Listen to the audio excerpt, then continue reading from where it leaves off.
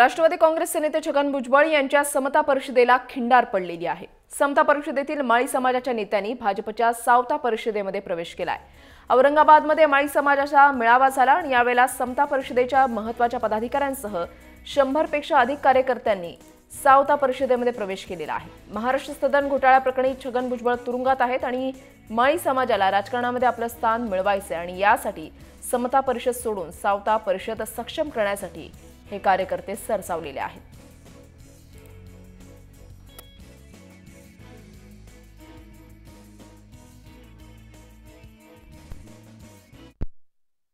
समाजाला राजकीय सत्तेमध्ये भागीदारी मिळाली पाहिजे आणि क्रमांक 2 वर असलेल्या माळी समाजाचे मंत्रिमंडळामध्ये 2 मंत्री असले पाहिजेत, ही मागणी या गोलमेज परिषदेच्या माध्यमातून महाराष्ट्रातला सर्व समाज या परिषदेच्या माध्यमातून करतोय। सावता परिषदेमध्ये माळी समाज बांधव मोठ्या प्रमाणावर या ठिकाणी समावेश म्हणजे कार्यरत आहेत, मोठ्या प्रमाणावर दिवसेंदिवस सहभागी होत आहेत। कोण कुठल्या पक्षाचा आहे, कुठल्या संघटनेचा याचा न विचार करता आम्ही त्यांना सावता परिषदेमध्ये काम करायची नक्की जबाबदारी देत आलो।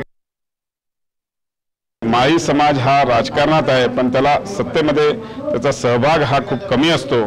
तो सहभाग कसा वाढवता येईल, त्याच्यामध्ये आपली उपस्थिती कशी वाढवता येईल, आपला समाज हा सत्तेमध्ये कसा जास्तीत जास्त करण्यात येईल, त्याच्यासाठी आम्ही हा आजचे गोलमेज परिषद आयोजित केलेले आहे। जो माळी आहे त्या माळी या समाजाचा जो आहे तो आमचा कार्यकर्ता, त्याला आम्ही याच्यामध्ये समावेश केलेला आहे आणि ते सर्व आमच्या बरोबर आहेत।